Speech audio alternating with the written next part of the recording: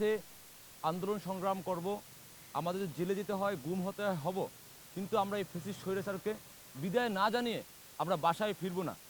সেই জায়গা থেকে আমরা ঐক্যবদ্ধ ছিলাম।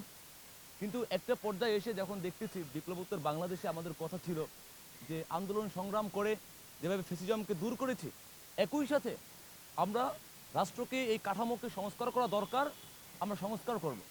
কিন্তু খুবই দুঃখের সাথে বলতে হচ্ছে যে এত বড় একটা গৌরবময় দল, সেই দলের ছাত্র সংগঠন ছাত্র দল কিভাবে ক্যাম্পাসগুলোকে ককটেল ফুটাতে পারে। মানে এরা তো নব্য ফ্যাসিজম বলে মনে করি, নব্য সন্ত্রাসী বলে মনে করি। কারণ শিক্ষার্থী মুখর পরিবেশ তৈরি করতে আমাদের যা যা করার সেটা আমরা করব, এটা আমরা বলেছি, এটা ছাত্রদলও বলেছে। কিন্তু কেন একটা ক্যাম্পাসে যেখানে সাধারণ শিক্ষার্থীর বসবাস, যেখানে শিক্ষার্থীরা পড়াশোনা করার জন্য গবেষণা করার জন্য যায়, সেখানে ককটেল মেরে একটা ভয় আতঙ্ক তৈরি করে দেয়? এটা তো আমি বলতে চাই যে ছাত্রলীগেও তো গৌরব ইতিহাস ছিল, তারা তো এদের স্বাধীন করেছে, আন্দোলন সংগ্রাম করেছে। কিন্তু ছাত্রদল কি ফেসিস হয় নাই? ছাত্রদল কি সন্ত্রাস হয় নাই? ছাত্রলীগ কি সন্ত্রাস হয় নাই? হয়েছে। সুতরাং দুয়ে দুয়ে চার হয়, চারে চারে আট হয়।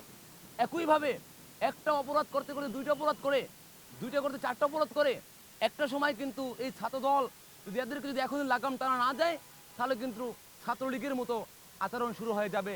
আপনারা দেখেছেন না তনু হত্যা, আপনারা দেখেছেন না সাগরণী হত্যা, দেখেছেন তো কারা করেছে? এই ছাত্রলীগ করেছে। কিভাবে করলো? একটা গৌরবময় উজ্জ্বলময় সংগঠন। এই যে এরকম করতে করতেই তো চাঁদাবাজি মাফিয়াগিরি করে। আপনারা দেখেছেন যে শাহবাগে ছাত্রদল এবং স্বেচ্ছাসেবক দলের নেতাকর্মীরা তারা বলে যে যদি শাহবাগ থেকে চাঁদা না দেওয়া হয় ফুলের দোকান থেকে, তাহলে দোকান বন্ধ করে দেওয়া হবে। এই দুঃসাহস কিভাবে পায়? এটা তো ভাবার বিষয়, এটা আমাদের ভাবতে হবে যে এই বিপ্লবের পর নতুন বাংলাদেশ নির্মাণ করবো আমরা, সেখানে কাঁধে কাঁধ মিলে যেভাবে আন্দোলন সংগ্রাম করেছি, একই সাথে কাঁধে কাঁধ মিলিয়ে হাতে হাত রেখে আমরা সংস্কার করব, এটা আমাদের প্রত্যাশা। কিন্তু তারা দেখতে পেয়েছি বিভিন্ন জায়গায় বিভিন্ন মহলে খাল দখল, মাঠ দখল, ঘাট দখল, চাঁদাবাজি শুরু করে দিয়েছে। এটা তো মানে ভালো সংকেত নয়। এটা আমাদেরকে ছাত্র জনতার মধ্যে বিভাজন তৈরি করবে। একটা এই মুহূর্তে বাংলাদেশের ঐক্যবদ্ধ থাকাটা খুবই গুরুত্বপূর্ণ। আমরা বলেছি জাতীয় স্বার্থে এই মানচিত্রের জন্য আমরা দরকার আবার রক্ত দেব। সেখানে বিভিন্ন দল মত ধর্ম বর্ণ গোষ্ঠী নির্বিশেষে আমরা একটা ঐক্যতা গড়ে তুলতে চাচ্ছি।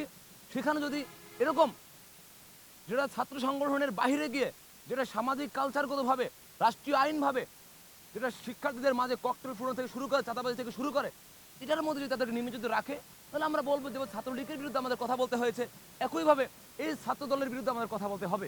যদি এই বিপ্লবোত্তর বাংলাদেশ সংস্কার দ্বারা বাধা হয়ে আসে, তাহলে ছাত্র শিক্ষার্থীদের নিয়ে আমরা ছাত্র সমাজ যেভাবে ছাত্রলীগের বিরুদ্ধে সংগঠন গড়ে তুলছিলাম, আন্দোলন গড়ে তুলছিলাম, তাহলে ছাত্র দলের বিরুদ্ধেও আমাদের আন্দোলন সংগ্রাম গড়ে তুলতে হবে।